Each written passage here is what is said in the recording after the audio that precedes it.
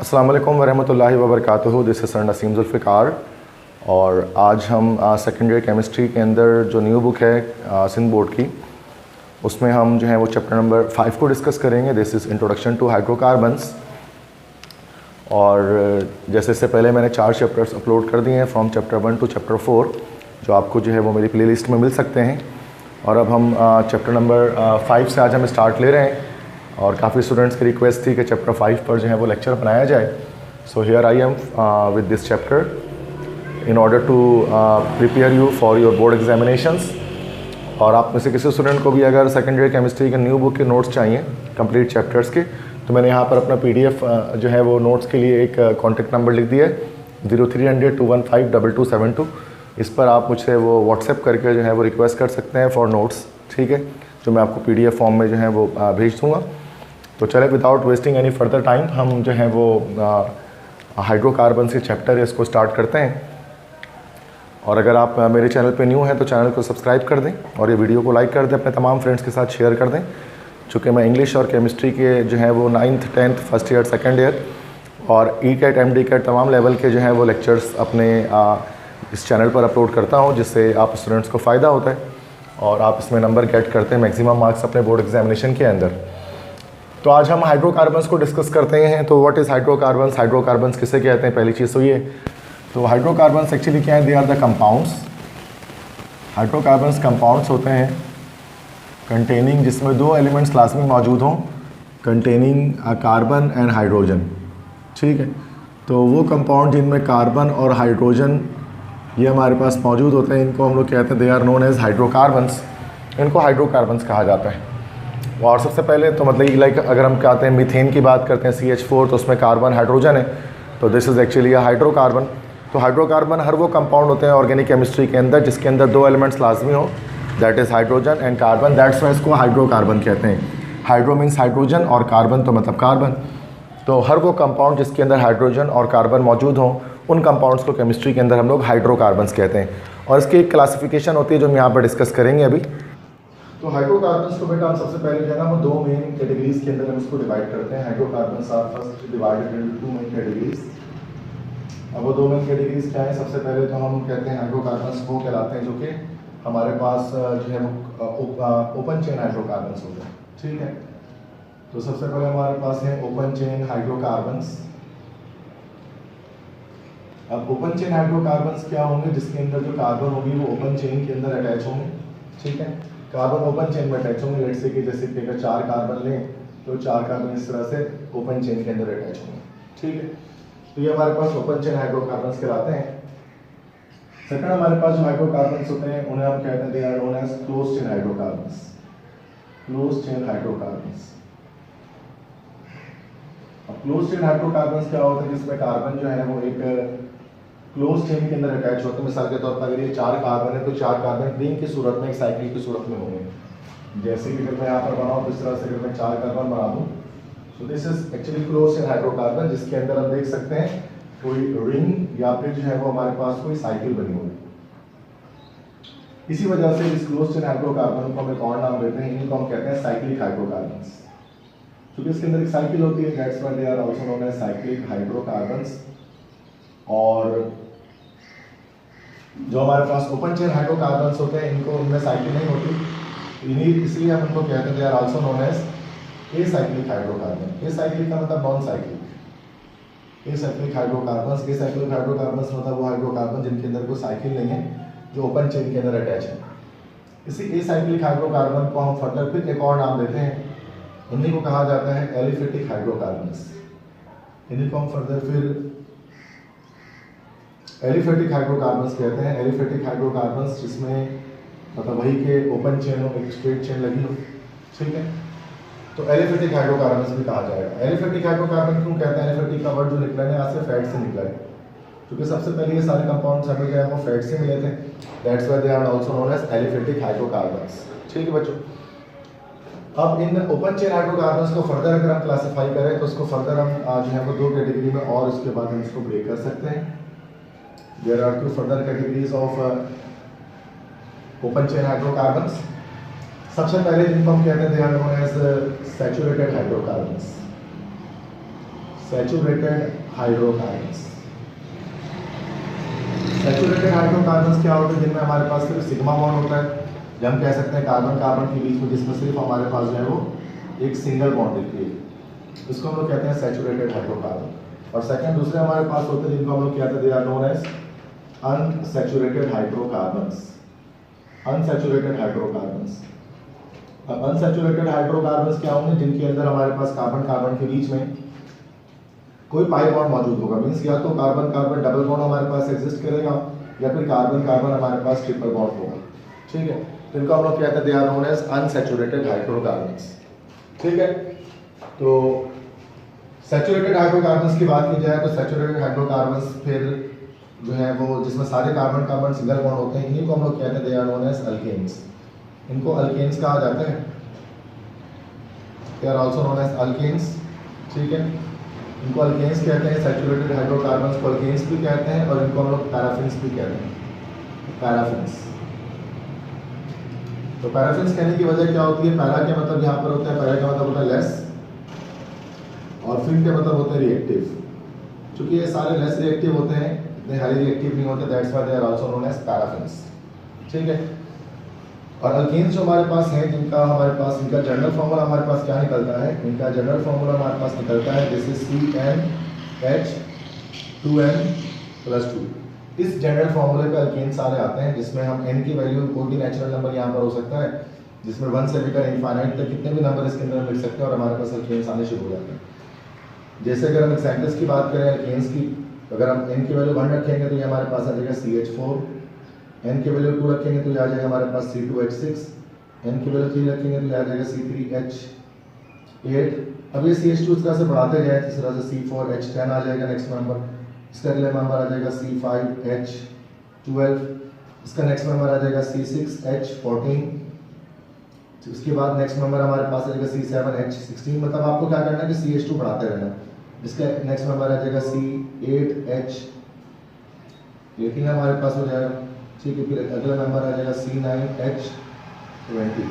उस तरह से सो आगे हमारे पास चलते रहेंगे। उनके अलग अलग नाम हमारे पास होंगे। जैसे एक कार्बन अगर है इसके अंदर तो this will be called as, इसको हम लोग कहेंगे this is called ethane. 2 carbon है तो उसको हम लोग कहेंगे this will be called as ethane. 3 carbon है तो उसको हमारे पास कहा जाएगा this is called propane. 4 carbon है तो उसको कहा जाएगा हमारे पास this is called butane.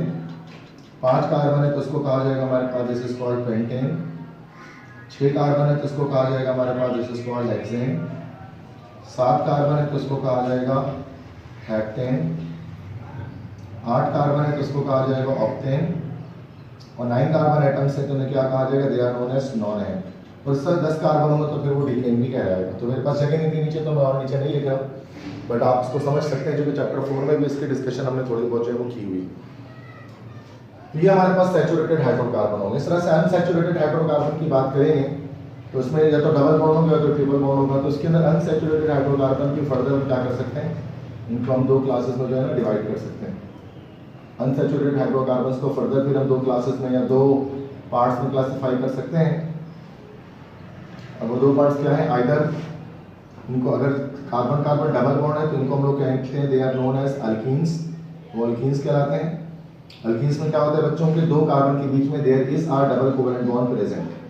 Double covalent bond होते हैं, कहीं ना कहीं किसी एक जगह पर डबल बॉन्ड होगा। और जब हम अल्काइन की बात करते हैं अल्काइंस, तो अल्काइंस में क्या होता है 2 कार्बन के बीच में कहीं ना कहीं आपको जो है वो ट्रिपल बॉन्ड एक जगह पर आपको दिखाई देगा। This are called alkynes. अच्छा, इन्हीं अल्कीन्स को हम लोग ऑलिफिन्स भी कहते हैं। They are also known as olefins. Olefins क्यों कहते हैं? क्योंकि ऑयल के अंदर ये हमारे पास मौजूद है। ऑयल आप जानते हैं, ऑयल हमारे पास अनसैचुरेटेड होता है। अनसैचुरेटेड होता है, दैट्स व्हाई ऑयल के अंदर आपको कहीं ना कहीं आपको जो है वो डबल कोवेलेंट बॉन्ड की फॉर्मेशन मिलती है, या वहाँ पर कहीं ना कहीं आपके पास डबल कोवेलेंट बॉन्ड होता है। ठीक है, दे आर ऑलिफिन्स। तो इनके जनरल फॉर्मूला अगर हम देखेंगे क्या होगा अल्कीन्स का जनरल फॉर्मूला, तो इनका जनरल फॉर्मूला हमारे पास होता है जैसे CnH2n।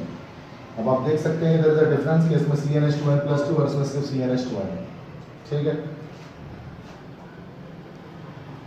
ये स्पेलिंग बनेगा तो इसको मैं करेक्ट कर दूंगा। अब इसके अंदर अगर हम कंपाउंड बनाएंगे तो देखिए एक कार्बन वाला अल्कीन जो है वो पॉसिबल नहीं होता, क्योंकि एक कार्बन कभी डबल बॉन्ड हाइड्रोजन के साथ नहीं बना सकता। तो कम से कम 2 कार्बन से ये स्टार्ट होते हैं। तो हम इसको C2 लेंगे तो C2H4 फर्स्ट मेंबर इसका आएगा, फिर C3H6 आएगा, मतलब जितना कार्बन उसका डबल कर दें तो हाइड्रोजन हो जाएगा। C4H8, फिर C5H10 हो जाएगा, फिर C6H12 हो जाएगा, फिर C7 का डबल कितना बेटा 14 हो जाएगा, फिर C8H16 हो जाएगा, फिर C9H18 हो जाएगा, और आगे भी चलेंगे इस तरह से।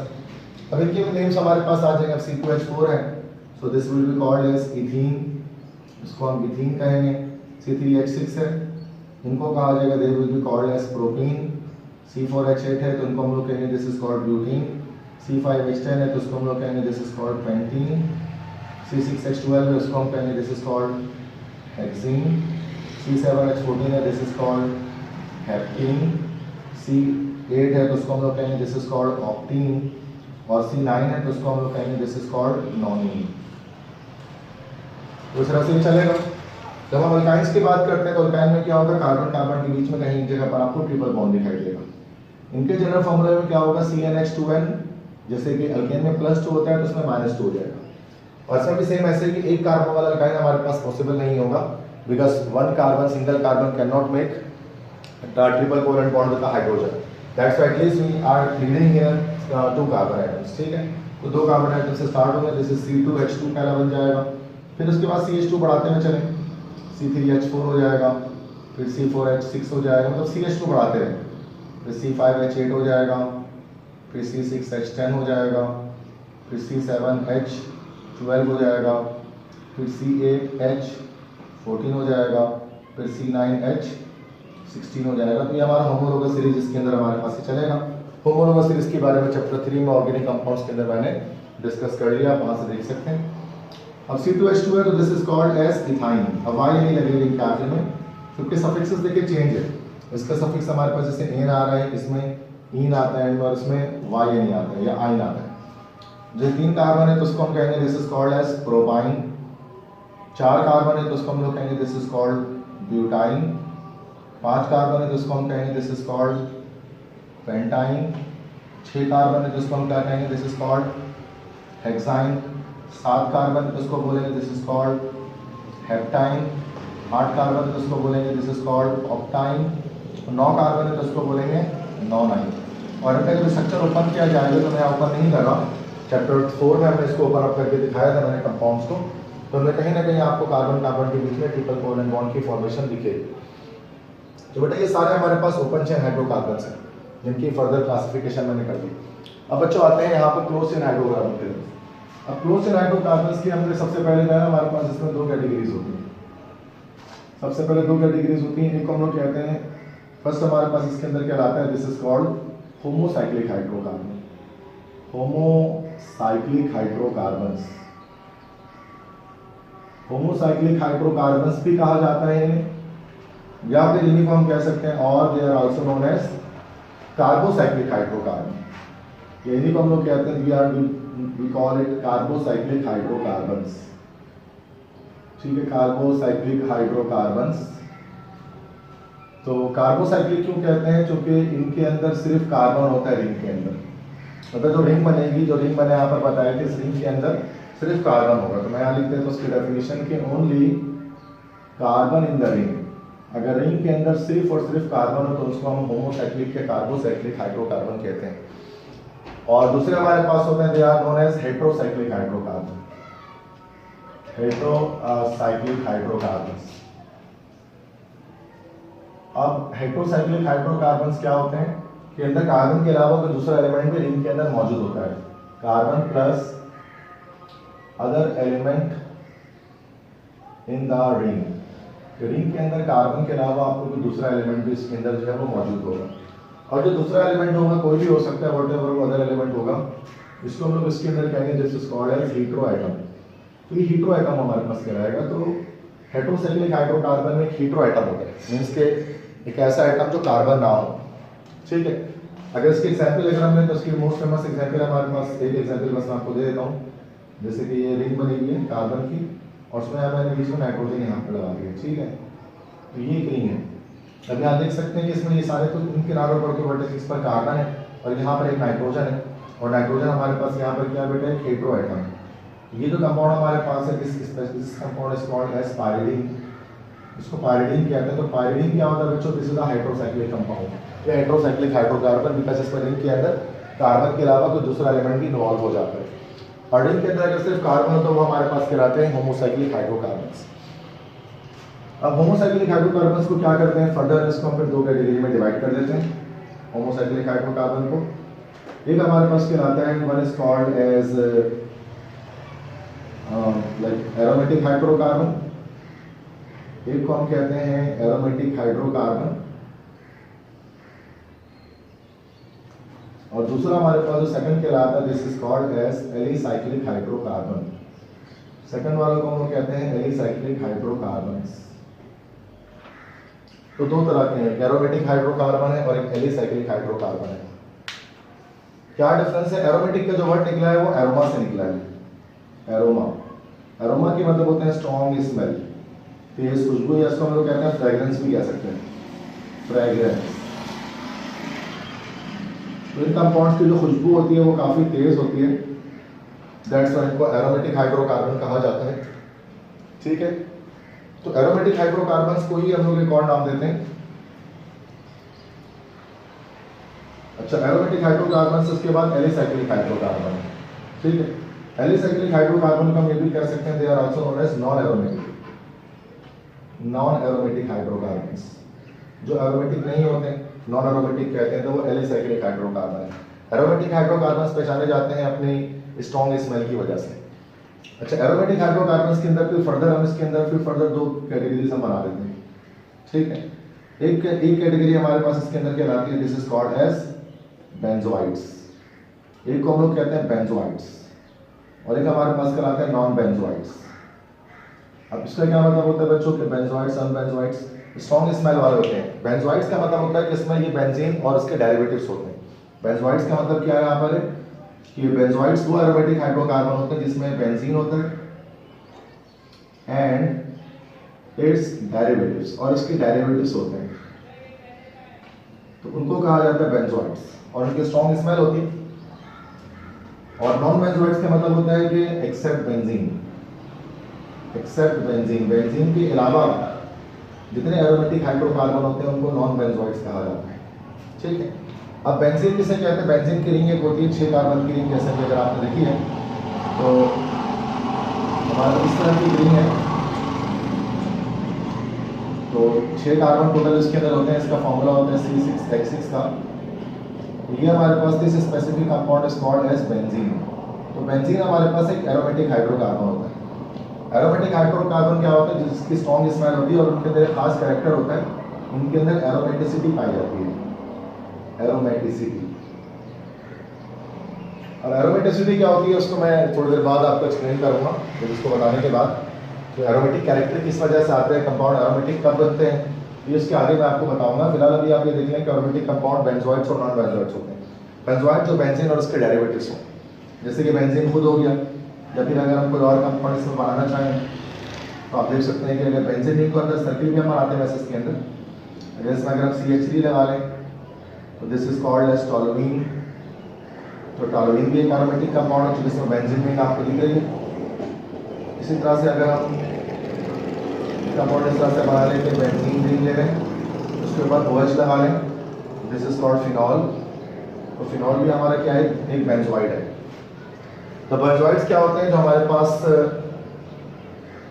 एरोमेटिक हाइड्रोकार्बन होते हैं। ठीक है, और इनके अंदर बेंजीन और उसके डेरिवेटिव्स सारे के सारे हमारे पास आते हैं। कुछ हमारे पास नॉन बेंजोइड्स भी होते हैं, मतलब बेंजीन के अलावा कोई एरोमेटिक हाइड्रोकार्बन थे वो भी हमारे पास पॉसिबल होते हैं।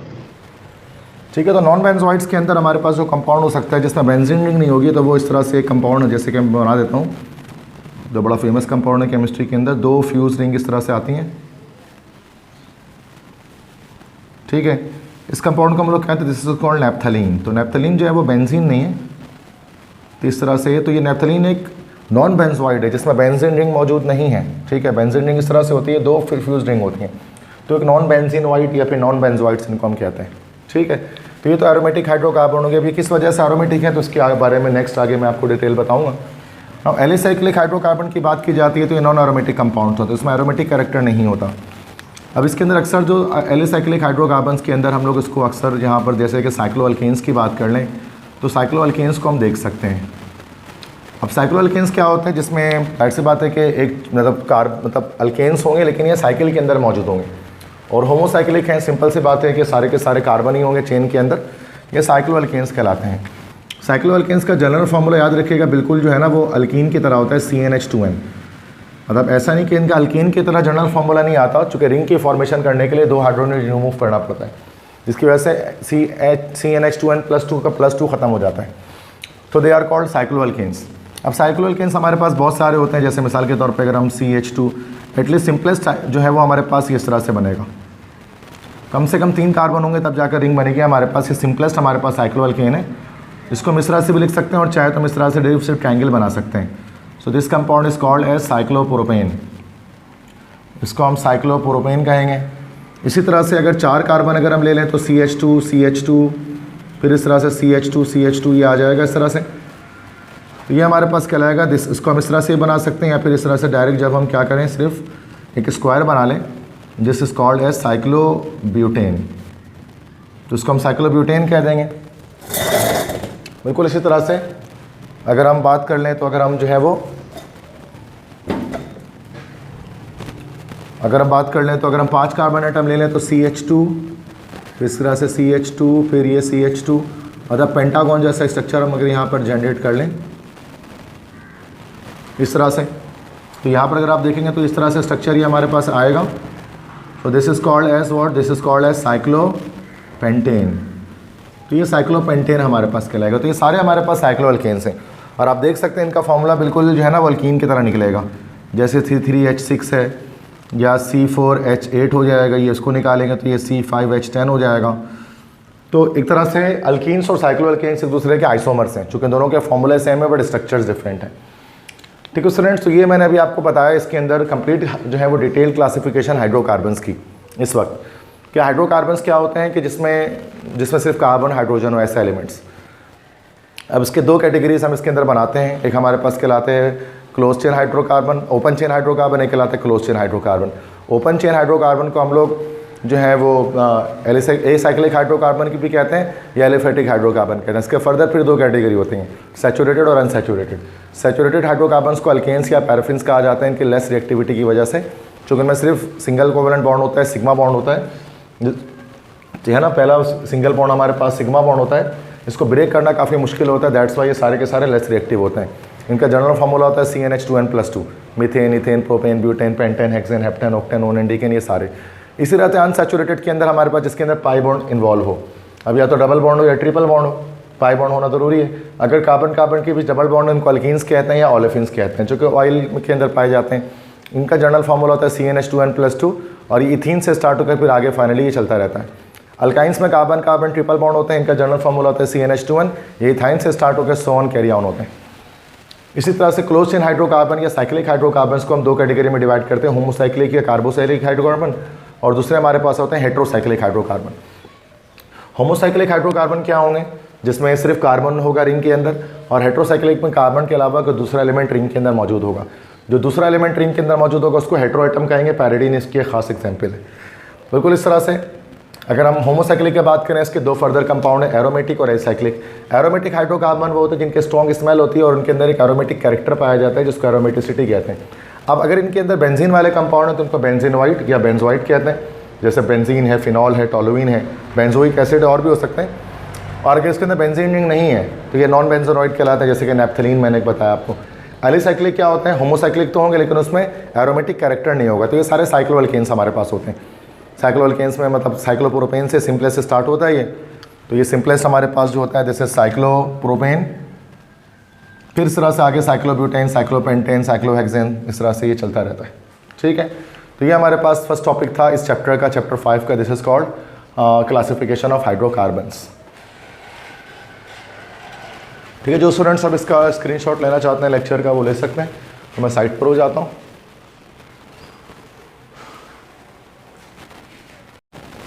ठीक है बेटा, नेक्स्ट टॉपिक हमारे पास है एरोमेटिसिटी, जिसको हम डिस्कस करेंगे इसके अंदर। एरोमेटिसिटी किसे कहा जाता है, एरोमेटिसिटी हम कहते हैं this is known as aromatic character. Aromatic character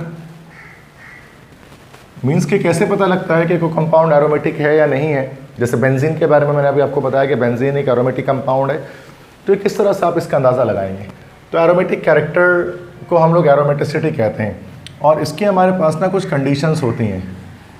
there are few conditions for aromaticity, कुछ शर्तें होती हैं, अगर ये शर्तें पूरी होंगी तो फिर वो कंपाउंड हमारे पास एरोमेटिक कहलाएगा। ठीक, तो इसके 4 जो है ना वो पॉइंट्स हैं जो आपको याद रखने हैं, पॉइंट 1, पॉइंट 2, पॉइंट 3 और पॉइंट 4। अगर ये 4 कंडीशंस कोई भी कंपाउंड पूरा करता है तो फिर हम उसको कहते हैं कि भाई वो एक एरोमेटिक कंपाउंड है।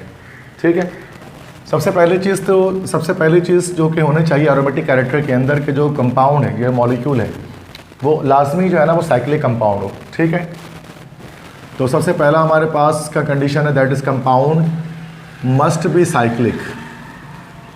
सिर्फ साइक्लिक कंपाउंड ही होते हैं जिनका एरोमेटिक कैरेक्टर होगा, मतलब ए साइक्लिक या जो ओपन चेन कंपाउंड्स होते हैं वो कभी भी एरोमेटिक कैरेक्टर नहीं रखते। दूसरी चीज़ कि कंपाउंड मस्ट बी प्लेनर, जो कंपाउंड है ना तो मस्ट बी प्लेनर, उस कंपाउंड का प्लेनर होना बहुत ज़रूरी है। और हमें कैसे अंदाज़ा हुआ कि उसका स्ट्रक्चर या उसका मॉलिक्यूल प्लेनर है, तो इसका अंदाज़ा इस तरह से हो सकता है कि नो sp3 कार्बन, कोई भी ऐसा कार्बन उसके अंदर नहीं होना चाहिए जो sp3 कार्बन हो। अगर sp3 हाइब्रिडाइज कार्बन अगर आपके पास आएगा तो उसका मतलब ये हो गया कि फिर वो हमारे पास जो है वो मॉलिक्यूल नॉन प्लेनर हो गया, प्लेनर नहीं हो गया। क्योंकि sp3 कार्बन का स्ट्रक्चर आपको पता है कि इसका स्ट्रक्चर हमारे पास होता है टेट्राहेड्रल, और टेट्राहेड्रल स्ट्रक्चर हमारे पास कैसे होते हैं, नॉन प्लेनर होते हैं। तो कोई भी sp3 हाइब्रिड कार्बन हमारे पास नहीं होना चाहिए, तो मॉलिक्यूल का प्लेनर होना ज़रूरी है। और sp3 हाइब्रिड कार्बन हमें कैसे पता लग सकता है, कार्बन जब हमारे पास 4 सिग्मा बॉन्ड्स बनाएगा, तो इसकी ट्रिक है हमारे पास कि 4 सिग्मा बॉन्ड जब भी कार्बन बनाता है तो वो हमारा sp3 हाइब्रिड कार्बन होता है। तो sp3 हाइब्रिडाइज कार्बन हमारे पास उसके अंदर कोई भी नहीं होना चाहिए। अगली चीज़, तीसरी चीज़ ये क्या भाई कि तीसरी कंडीशन क्या होती है इसकी कि कॉन्जुगेट या अल्टरनेट डबल बॉन्ड्स। ठीक है, तो उसके अंदर हमारे पास अल्टरनेट डबल बॉन्ड्स होने चाहिए या अल्टरनेट पाई बॉन्ड्स होने चाहिए, मतलब एक को छोड़कर एक बॉन्ड को छोड़कर अगले बॉन्ड पर, इस तरह अल्टरनेट सिस्टम पर, कॉन्जुगेट सिस्टम पर हमारे पास पाई बॉन्ड्स होने चाहिए या डबल बॉन्ड्स होने चाहिए, एक ही बात है। ठीक है, तो इस तरह से। और आखिरी चीज़ के कंपाउंड मस्ट फॉलो, तो कंपाउंड लाजमी फॉलो करे, कंपाउंड मस्ट फॉलो, उसको लाजमी फॉलो करने का पड़ेगा क्या भाई, हकल्स रूल, उसको हकल्स रूल को फॉलो करना ज़रूरी है। नाउ यू विल आस्क कि भाई सर हकल्स रूल किसे कहते हैं, तो वो मैं आपको बता देता हूँ हकल्स रूल किसे कहते हैं। हकल्स रूल क्या कहता है, हकल्स रूल कहता है कि an aromatic compound must contain, उसमें लाजमी मौजूद होने चाहिए कितने, must contain 4n+2 pi electrons. एक ऑर्गेनिक कंपाउंड में 4n+2 पाई इलेक्ट्रॉन्स का होना ज़रूरी है। 4n+2 पाई इलेक्ट्रॉन जिस एरोमेटिक कंपाउंड जिस भी कंपाउंड में हो गया वो हमारे पास एरोमेटिक कहलाएगा। मतलब इन 3 कंडीशन के साथ ही 14वीं कंडीशन भी सेटिस्फाई होनी चाहिए। यहाँ n क्या चीज़ है, हेयर n यहाँ पर कोई भी नेचुरल नंबर है, 1 से लेकर आप इसके अलावा कोई भी वैल्यू इसके अंदर लगा सकते हैं। सो जैसे अगर हम इसमें n की वैल्यू अगर हम 1 रख दें, लेट्स सपोज कि अगर n की वैल्यू अगर 1 रखी जाए तो ये हमारे पास हो जाएगा 6 के 6 पाई इलेक्ट्रॉन्स आ जाएगा। n की वैल्यू 2 रखेंगे तो ये हमारे पास हो जाएगा 4 2 8+2 10 पाई इलेक्ट्रॉन्स, और इस तरह से सोन हमारे पास चलता रहेगा। अब इन 4 कंडीशंस को, एरोमेटिक कंडीशंस को हम क्या करें कि हम इनको किसी कंपाउंड में लगा कर देखते हैं। बेंजोइड में भी लगाते हैं, नॉन बेंजोइड में भी लगाते हैं। जैसे कि अगर हम ले लेते हैं बेंजीन, जो हमारा बेंजोइड है, सब जानते हैं दिस बेंजीन इज़ बेंजोइड। इसको हम ऐसे भी बना सकते हैं, इसका स्ट्रक्चर अगर मैं ओपन कर दूँ 6 कार्बन इस तरह से, चूँकि हर किनारे पर वर्टेक्स पे आपको पता है कार्बन होते हैं, जिसको मेंशन नहीं करता। हर कार्बन के साथ यहाँ पर एक हाइड्रोजन हमारे पास अटैच होता है। तो ये ओपन स्ट्रक्चर इसका अगर हम बेंजीन का बनाएं तो इस तरह से हमारे पास बनता है। ठीक है, या अगर हम, ये तो हमारे पास बेंजोइड हो गया, दिस इज़ बेंजीन, जो हमारे पास एरोमेटिक कंपाउंड अभी आपको लेक्चर के स्टार्ट में मैंने ये चीज़ आपको बताई है। ठीक है, इसी तरह से कंपाउंड अगर हम ले लें नेप्थलीन, एक कंपाउंड हम ले लेते हैं नेप्थलीन ले लेते हैं, तो दिस इज़ एक्चुअली नेप्थलीन। तो नैप्थलीन भी एक ऑर्गेनिक कंपाउंड है, ये एक एरोमेटिक हाइड्रोकार्बन है, बट ये नॉन बेंजीनॉइड है। तो हम उसको स्ट्रक्चर ओपन अगर अब कर दें तो इस तरह से बनेगा। फिर ये अगर मैं थोड़ा सी मेहनत करके स्ट्रक्चर को ओपन करूं तो ये इस तरह से स्ट्रक्चर हमारे पास है। तो ये दो फ्यूज रिंग हम कह सकते हैं कि जो मौजूद हैं किसके अंदर भाई, इस नैप्थलीन के अंदर, बेंजीन के। तो ये नैप्थलीन कहलाते हैं। इसको हम दोनों तरह से लिख सकते हैं। अब देखें सारे कंडीशंस को हम इसमें रख कर देखते हैं बेंजीन में और नैप्थलीन में कि इधर ये ट्रू प्रूव हो रहा है कि नहीं हो रहा। देखिए सबसे पहली बात, कंपाउंड मस्ट बी साइक्लिक, तो ये कंपाउंड भी साइक्लिक है और ये कंपाउंड भी साइक्लिक है। सेकंड है compound must be planar, no sp3 carbon, कोई sp3 कार्बन नहीं होना चाहिए। और देखिए ऐसा बिल्कुल ऐसा ही है। मैंने क्या बताया, sp3 कार्बन को पहचानने का तरीका क्या है, 4 सिग्मा बॉन्ड होंगे। इन सब में आप देख लें कि कार्बन जो हमारे पास 3 सिग्मा बॉन्ड की फॉर्मेशन कर रहे हैं और एक पाई बॉन्ड है। फिर ये सिग्मा बॉन्ड्स हैं, ये पाई बॉन्ड है, फिर ये सिग्मा बॉन्ड है, ये पाई बॉन्ड है, फिर ये सिग्मा बॉन्ड है। ठीक है, तो अब आप देख सकते हैं हमारे पास यहाँ पर के हर कार्बन के आप 3 तरफ देख सकते हैं 3 सिग्मा बॉन्ड हमारे पास मौजूद हैं। तो हर कार्बन जो है वो 3 सिग्मा बॉन्ड की फॉर्मेशन कर रहे हैं। तो इसमें जितने भी कार्बन एटम्स हैं सारे के सारे कार्बन एटम sp2 हाइब्रिडाइज इसके अंदर हैं। इसका मतलब ये मॉलिक्यूल ओवरऑल पूरा का पूरा कैसा है, प्लेनर है। तो दैट्स वाई। और यहाँ पर भी आप देख लें सारे कार्बन को देख लें स्टार्ट से लेकर एंड तक, इसमें भी सारे कार्बन हमारे पास sp2 हाइब्रिडाइज्ड हैं। तो इसमें कोई भी कार्बन ऐसा नहीं है जो 4 सिग्मा बॉन्ड बना रहा हो। तो इसका मतलब ये मॉलिक्यूल ओवरऑल प्लेनर है। तो दोनों के अंदर ये सेकंड कंडीशन भी दोनों के अंदर सेटिस्फाई हो गई। थर्ड है अल्टरनेट पाई बॉन्ड्स या अल्टरनेट डबल बॉन्ड्स, एक छोड़ के एक पर डबल बॉन्ड होना चाहिए। अब देखें बेंजीन में भी देख लें, इसमें डबल बॉन्ड है, इसमें नहीं है, इसमें है, इसमें नहीं है, इसमें है, इसमें नहीं है। यहाँ देख लें डबल बॉन्ड है, नहीं है, फिर यहाँ डबल बॉन्ड है, फिर यहाँ नहीं है। तो हर जगह पर अगर आप देख सकते हैं तो उसके अंदर एक तरह से कॉन्जुगेशन यहाँ पर हमारे पास जो है वो बनी हुई है, एक कॉन्जुगेशन बनी हुई है, एक अल्टरनेट पाई बॉन्ड का सिस्टम जो है वो यहाँ पर हमारे पास मौजूद है। ठीक है, तो ये अल्टरनेट पाई बॉन्ड्स हैं। लास्ट है compound must follow Huckel's rules में से एरोमेटिक कंपाउंड के अंदर लाजमी 4n+2 पाई इलेक्ट्रॉन्स होने चाहिए। और देखें ऐसा ही है। अब यहाँ पर अगर बेंजीन में आप देखें तो अब देखें टोटल यहाँ पर ये 2 इलेक्ट्रॉन यहाँ पर है, 2 पाई इलेक्ट्रॉन यहाँ पर और 2 पाई इलेक्ट्रॉन यहाँ पर, चूँकि एक पाई बॉन्ड 2 इलेक्ट्रॉन से मिलकर बनता है। तो उसमें यहाँ पर हमारे पास 4 पाई इलेक्ट्रॉन्स हो गए, सॉरी 6 पाई इलेक्ट्रॉन्स होंगे। और देखिए 6 पाई इलेक्ट्रॉन्स होने से हकल्स रूल फॉलो हो रहा होता है। यहाँ देख लें हमारे पास बेटा, इधर चेक कर लें कि यहाँ पर 2 2 2 2 फिर 2 2 2 4 2 6 2 8 2 10 पाई इलेक्ट्रॉन आ रहे हैं। और हमने देखा था जब 4n+2 में n की वैल्यू 2 रख रहे हैं तो फिर 10 आना चाहिए था। तो इसका मतलब कि बेंजीन और naphthalene they both are actually aromatic compound, one is benzenoid, the second is non benzenoid. तो these are actually the conditions for aromaticity. अगर किसी कंपाउंड को एरोमेटिक हाइड्रोकार्बन बनना है तो उसके चारों क्वालिटीज़ को या चारों प्रॉपर्टीज़ या चारों कैरेक्टरिस्टिक्स का होना इसके अंदर ज़रूरी है।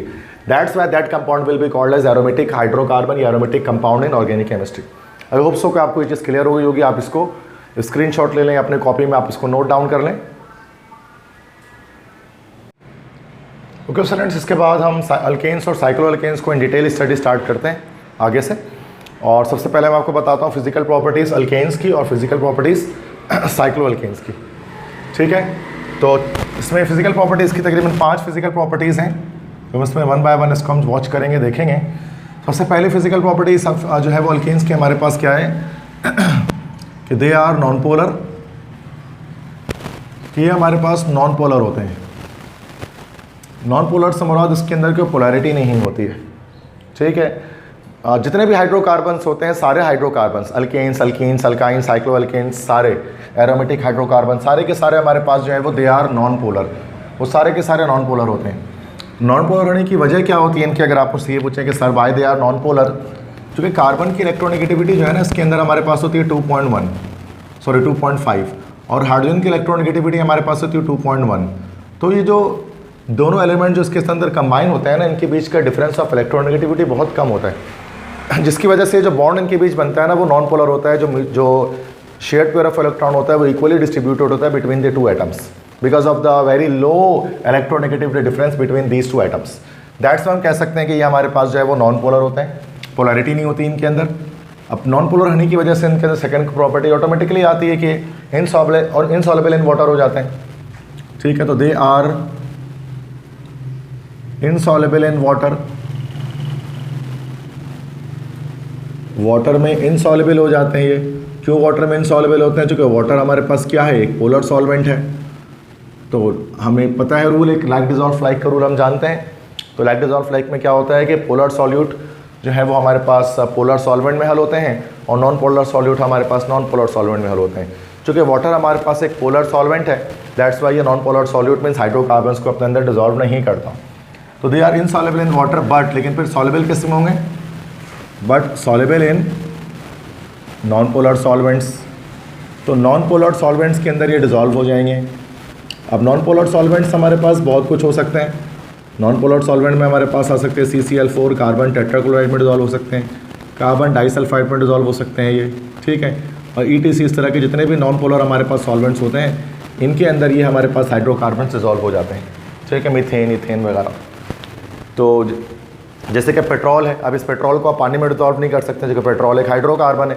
तो अगर आपको पेट्रोल को डिजॉल्व करना है तो फिर आपको उसको कैरोसिन ऑयल में डिजॉल्व कर सकते हैं, चूँकि वो खुद नॉन पोलर है। तो हमेशा याद रखिएगा, लाइक डिजॉल्व लाइक का रूल ये कहता है कि एक जैसे सॉल्यूट एक जैसे सॉल्वेंट में हल होते हैं। पोलर सॉल्यूट पोलर सॉल्वेंट में डिजॉल्व होगा और नॉन पोलर सॉल्यूट जो है वो नॉन पोलर सॉल्वेंट में हमारे अंदर डिजॉल्व होगा, ठीक है। तो CCl4, CH2 ये हमारे पास नॉन पोलर सॉल्वेंट होते हैं। अब ये नॉन पोलैरिटी किस वजह से आती है इनके अंदर, ये सब हमने फर्स्ट टाइम में डिस्कस किया हुआ है, लेक्चर सारे पढ़े हुए मेरे यूट्यूब पर, ठीक है। तो वहाँ पर आप जितने लेक्चर, हज़ारों लेक्चर है, आप देखते रहे, आप कॉन्सेप्ट बनाते रहें। ज़रूरी नहीं है कि एक ही लेक्चर के अंदर आपको हर कुछ मिल जाए, वरना सिर्फ एक ही लेक्चर 7 से 8 घंटे का बन जाएगा छोटा सा। अगर मैं एक एक पॉइंट को अगर मैं बताना शुरू कर दूँ तो तरीका तो ये होता है कि इंसान एक बेसिक लेवल के यहाँ से चीज़ों को स्टार्ट करें। तीसरी चीज़ कि बॉइलिंग पॉइंट के लिहाज से अगर कही जाए तो they have low boiling point. तो they have low boiling point, इनकी बॉइलिंग पॉइंट जो है वो लो होती है। बॉइलिंग पॉइंट लो इस वजह से होती है, ज़ाहिर सी बात है, नॉन पोलर कोवेलेंट कंपाउंड्स से नॉन पोलर कोवेलेंट कंपाउंड्स की बॉइलिंग पॉइंट हमेशा लो होती है, क्योंकि इनके जो मॉलिक्यूल्स होते हैं ना वो बहुत वीक अट्रैक्टिव फोर्सेस से जुड़े होते हैं। तो because of the presence of, क्यों होती है तो आगे मैं एक्सप्लेन कर देता हूँ। Because of the presence of London forces, जिसको हम लंडन डिस्पर्जन फोर्सेस भी कहते हैं। तो because of the presence of London forces between molecules, तो इनके मॉलिक्यूल्स में क्या होता है कि लंडन फोर्सेस इनके अंदर जो है वो मौजूद होती हैं, ठीक है। और लंडन फोर्सेस क्या है, जिसको हम लोग डिस्पर्जन फोर्सेस भी कहते हैं, they are the weakest intramolecular force, weakest intramolecular force, जिसकी वजह से क्या होता है कि इनके मॉलिक्यूल्स आपस में बहुत ज़्यादा टाइटली पैक्ड नहीं होते हैं, बहुत ज़्यादा स्ट्रॉन्ग अट्रैक्शन में नहीं होते हैं, तो ईजिली लो टेम्परेचर पे ही एवोपरेट कर जाते हैं। जैसे कि पेट्रोल, कैरोसिन आपने देखा होगा कि लो टेम्परेचर पे ही एवोपरेट हो जाता है, क्योंकि इनके अंदर लंडन फोर्सेस होती है मॉलिक्यूल के बीच में, ठीक है। तो इसको याद रखना है कि इनकी बॉइलिंग पॉइंट लो होती है। लेकिन आखिरी नेक्स्ट बात ये भी आप याद रखेंगे कि ये जो बॉइलिंग पॉइंट है ना वो इंक्रीज़ होगी। कैसे इंक्रीज़ होगी? By the increase in down the homologous series. हम कह सकते हैं कि boiling point increases down the homologous series. तो होमोलोगस सीरीज़ में जब हम नीचे जाएंगे तो क्या होगा, बॉइलिंग पॉइंट हमारे पास इंक्रीज़ करेगी। क्यों भाई? Because of the strengthening of London forces, London forces के स्ट्रेंथनिंग की वजह से। क्योंकि हमने फर्स्ट ईयर के अंदर पढ़ा था कि जब जैसे जैसे जो है ना वो अब जाहिर सी बात है कि जब हम नीचे जाएंगे होमोलोगस सीरीज़ में, methane, ethane, propane, butane, pentane, जैसे जैसे हम कार्बन की तादाद को बढ़ाते जाएंगे तो चेन क्या हो जाएगी बेटा, चेन लॉन्ग होना शुरू हो जाएगी। और जितनी ज़्यादा लॉन्ग चेन होती है उतनी ज़्यादा लंडन डिस्पर्जन फोर्सेज स्ट्रॉन्ग होती हैं। दैट्स वे टॉप से बॉटम जाते हुए सीरीज़ के अंदर बॉइलिंग पॉइंट के अंदर इंक्रीमेंट होती है, ठीक है। तो अगर आपसे क्वेश्चन ये पूछा जाए कि विच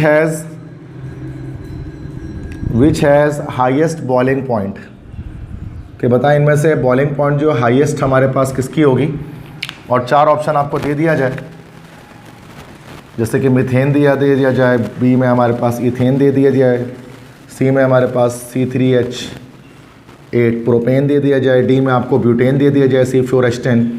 तो अब आप क्या बताएंगे कि हाईएस्ट बॉइलिंग पॉइंट किसके अंदर हमारे अंदर आएगी? सिंपल सी बात है, ब्यूटेन के अंदर आएगी, बिकॉज इसके अंदर नंबर ऑफ कार्बन एटम हमारे पास ज़्यादा है, ठीक है। तो लंडन डिस्पर्जन फोर्सेज यहाँ ज़्यादा स्ट्रॉन्ग होगी। तो down the group boiling point हम जानते हैं कि अल्केन्स के अंदर इंक्रीज़ होती है, बढ़ती है, ठीक है। पांचवी चीज़ इसमें कि ये भी आप देखें कि boiling point of straight chain hydrocarbons, या ओपन चेन कह सकते हैं, स्ट्रेट चेन हाइड्रोकार्बन्स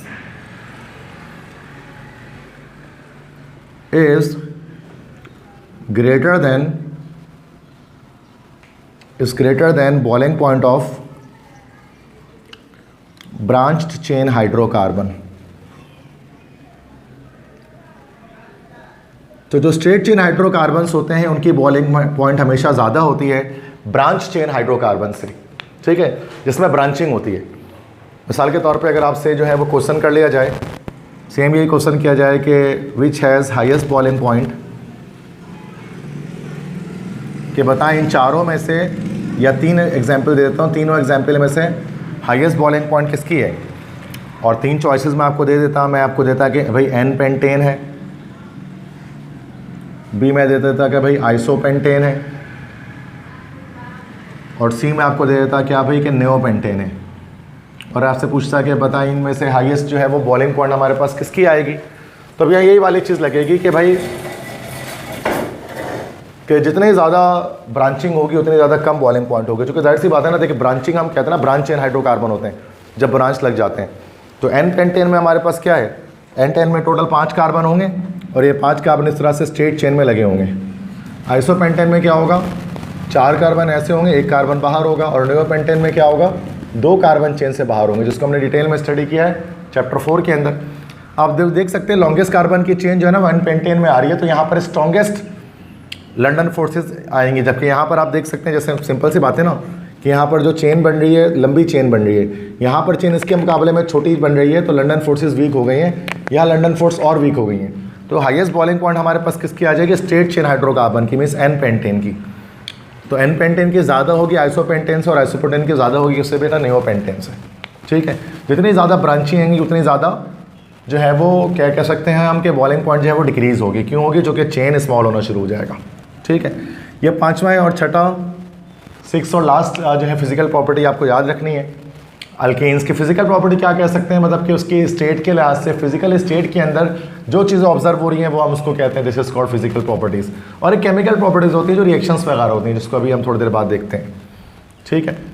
छठा और आखिरी पॉइंट है, इसके स्टेट के बारे में याद रखिएगा कि कार्बन 1, 1 कार्बन से लेकर 4 कार्बन तक जो हमारे पास हाइड्रोकार्बन्स होते हैं या अल्केन्स हमारे पास जो होते हैं, तो याद रखना है कि सारे हमारे पास गैसेज होते हैं, मीथेन, इथेन, प्रोपेन, ब्यूटेन, ये चारों हमारे पास गैसेज होते हैं। लेकिन जो ये हमारे पास C4 वाला होता है, जैसे जो ब्यूटेन हमारे पास होता है, ये लाइटर के अंदर मौजूद होता है, सिगरेट लाइटर या फिर स्टोव लाइटर जो होता है उसके अंदर मौजूद होता है।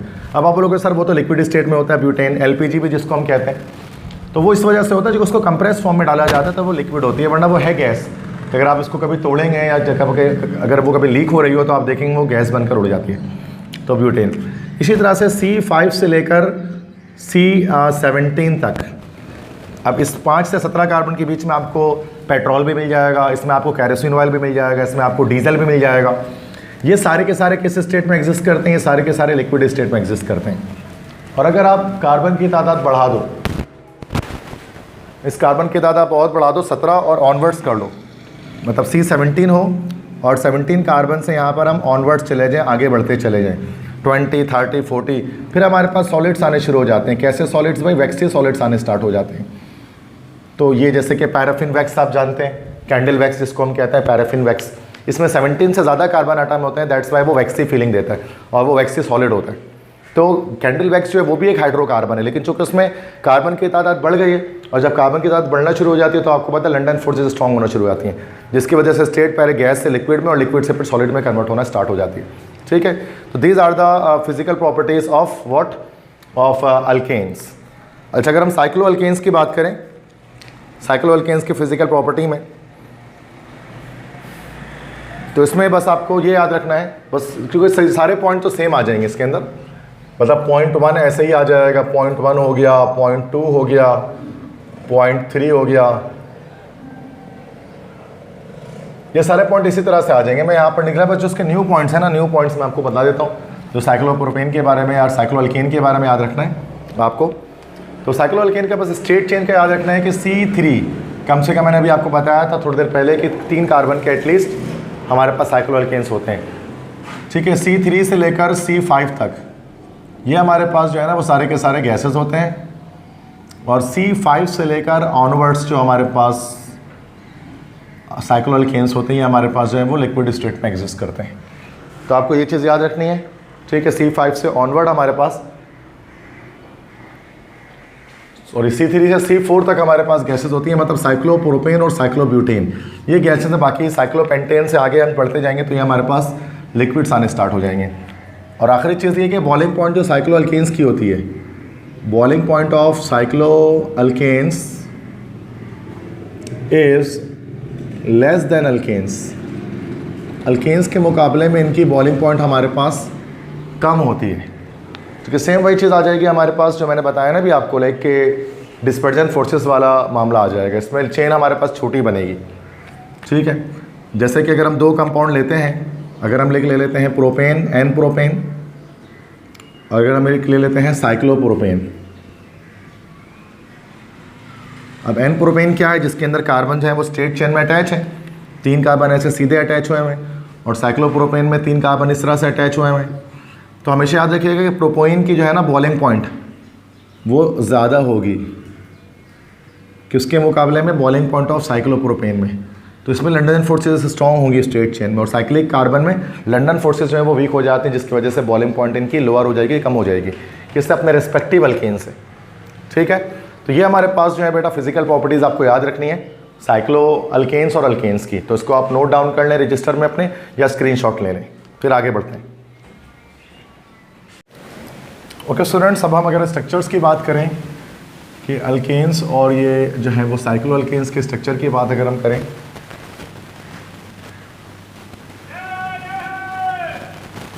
तो क्या स्ट्रक्चर्स हमारे पास इसके आते हैं। हाइब्रिडाइज स्ट्रक्चर की बात करेंगे तो कुछ बेसिक पॉइंट्स हैं, वो आप समझ लें कि स्ट्रक्चर कैसा होता है अल्केन का, हाइब्रिडाइज स्ट्रक्चर कैसा होता है। अल्केन्स के बारे में याद रखना है, जितने भी अल्केन्स होते हैं हमारे पास, उनमें जो उनका कार्बन होता है वो हमारे पास sp3 हाइब्रिडाइज होता है। अल्केन्स के अंदर सारे कार्बन हमारे पास sp3 हाइब्रिडाइज होते हैं, चूँकि वो 4 सिग्मा बॉन्ड की फॉर्मेशन करते हैं। तो हर कार्बन इसके अंदर जो है वो हमारे पास जो है वो 4 सिग्मा बॉन्ड्स बना रहा होता है, इसलिए हम कहते हैं कि वो हर कार्बन जो है वो अल्केन का sp3 हाइब्रिडाइज्ड है। अब अगर वो sp3 हाइब्रिडाइज हो तो उसका शेप कैसा आएगा, उसका शेप हमारे पास हमेशा आएगा टेट्राहेड्रल, मतलब नॉन प्लेनर, और उसका जो बॉन्ड एंगल हमारे पास जनरेट होगा, तो बॉन्ड एंगल हमारे पास इसका जनरेट होगा, दिस इज़ 109.5 डिग्रीज। अब किसी भी अल्केन को आप देख सकते हैं जिसमें हमेशा हमारा कार्बन sp3 हाइब्रिडाइज मिलेगा टेट्राहेड्रल शेप में, और बॉन्ड एंगल 109.5 डिग्री होगी। जैसे कि जो बुक में आपके पास न्यू बुक के अंदर डाला गया एग्जाम्पल, वो C2H6 की डाली गई है, इथेन की डाली गई है, जो सेकंड मेंबर है अल्केन फैमिली का। तो उसको भी हम देख लेते हैं। अब आप जानते हैं कि इथेन में 2 कार्बन होते हैं, और 2 कार्बन इस तरह से अटैच होते हैं सिंगल बॉन्ड से, और आप देख सकते हैं कि यहाँ पर हाइड्रोजन हमारे पास इसके चारों तरफ मौजूद है इसकी वैलेंसी को कंप्लीट करने के लिए। और अगर हम इसके सिग्मा बॉन्ड्स की तादाद को देखें तो हर कार्बन आप देख सकते हैं कि हमारे पास 4 सिग्मा बॉन्ड की फॉर्मेशन कर रहा है। इससे ये साबित होता है कि जितने दोनों के दोनों carbon atom, both carbon atom हमारे पास जो है वो sp3 हाइब्रिडाइज्ड है। अब sp3 हाइब्रिडाइज स्ट्रक्चर किस तरह से हम बनाते हैं, टेट्राहेड्रल शेप हमारे पास इसके अंदर बनता है। अब एक टेट्राहेड्रल शेप किस तरह से होता है, अगर आपको मैं विजुअल रिप्रेजेंटेशन करके दिखाऊं तो अगर मेरे पास ये 4 मार्कर हैं और मैं इन 4 मार्कर्स की मदद से बनाना चाहूँ शेप, तो इस टाइप का एक शेप होता है, इसको हम लोग कहते हैं ट्राइपॉड स्टैंड जैसा। अब ट्राइपॉड स्टैंड जैसा शेप होता है, इस शेप को हम लोग कहते हैं, अगर आप इस तरह से देख लें, this shape is called tetrahedral. तो इस तरह से एक टेट्राहेड्रल हम इस तरह से बना लेंगे, और दूसरा टेट्राहेड्रल इधर से आकर दूसरी तरफ से आकर हमारे पास जुड़ेगा, ठीक है। तो ये टेट्राहेड्रल शेप हमारे पास कहलाएगा। तो अब एक कार्बन, पहला कार्बन को अगर हम देखें, इसका टेट्राहेड्रल कार्बन अगर हम ड्रॉ करें तो ये इस तरह से हमारे पास जो है ना वो टेट्राहेड्रल शेप हमारे पास आ जाएगी। This is the first carbon atom. अब ये पहले कार्बन एटम के हमारे पास 4 sp3 हाइब्रिड ऑर्बिटल्स हैं। ये 4 sp3 हाइब्रिड ऑर्बिटल हैं अपने अपने एक इलेक्ट्रॉन के साथ, ठीक है। और यहाँ पर हमारे पास जो हाइड्रोजन है, 3 हाइड्रोजन यहाँ पर हम सिग्मा बॉन्ड से लाकर जोड़ देंगे, बॉन्ड बना लेंगे। तो ये हेड टू हेड ओवरलैपिंग हो रही है जैसे कि आप देख रहे हैं। तो 3 हाइड्रोजन एटम यहाँ पर इसके साथ हमारे पास आकर कनेक्ट हो गए, उसके मतलब 3 सिग्मा बॉन्ड यहाँ पर जनरेट हो गए। और ये जो बॉन्ड एंगल हमारे पास आया है दिस इज़ 109.5 डिग्रीज़ का। This is the very first carbon atom. और सेकंड कार्बन एटम अगर हम यहाँ पर ड्रॉ कर लेते हैं हेयर, तो ये एक हमारे पास इसके sp3 4 sp3 हाइब्रिड ऑर्बिटल बनते हैं हमेशा टेट्राहेड्रल शेप में। तो ये हमारे पास 4 sp3 हाइब्रिड ऑर्बिटल बने। इसके भी तो पहले तो यहाँ से एक बॉन्ड बन गया, 2 कार्बन एटम हमारे पास जुड़ गए सिग्मा बॉन्ड से। तो ये sp3, ये sp3, ये sp3, ये sp3, 4 sp3 हाइब्रिड ऑर्बिटल्स 4 जो दूसरे कार्बन एटम के।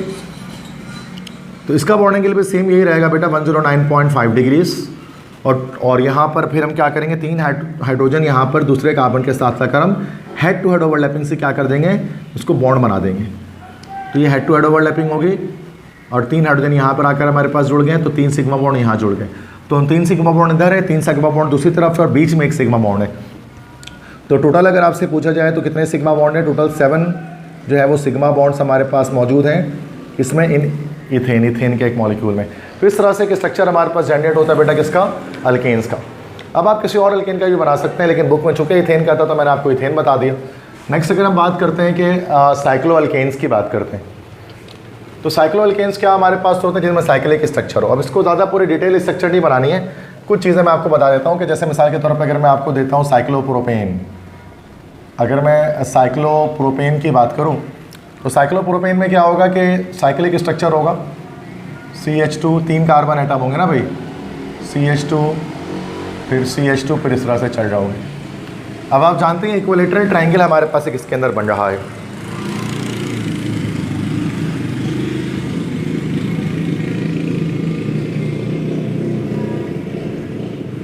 इक्विलेटरल ट्रायंगल क्या होता है, जिसमें तीनों साइड्स, चूँकि हमें पता है कि 3 एंगल्स होते हैं इसके अंदर, अल्फ़ा होता है, बीटा होता है, गैमा होता है। और मैथमेटिक्स के स्टूडेंट जानते हैं कि ये तीनों को जब हम ऐड करते हैं तो 180 डिग्री के बराबर आता है। तो ये तीनों एंगल्स इसके अंदर क्या होते हैं, साइक्लोप्रोपेन में 60 डिग्री के होते हैं। अल्फ़ा, बीटा, गैमा, ये तीनों एंगल्स यहाँ पर हमारे पास इसके अंदर 60 डिग्रीज़ के आ जाएंगे। ठीक है।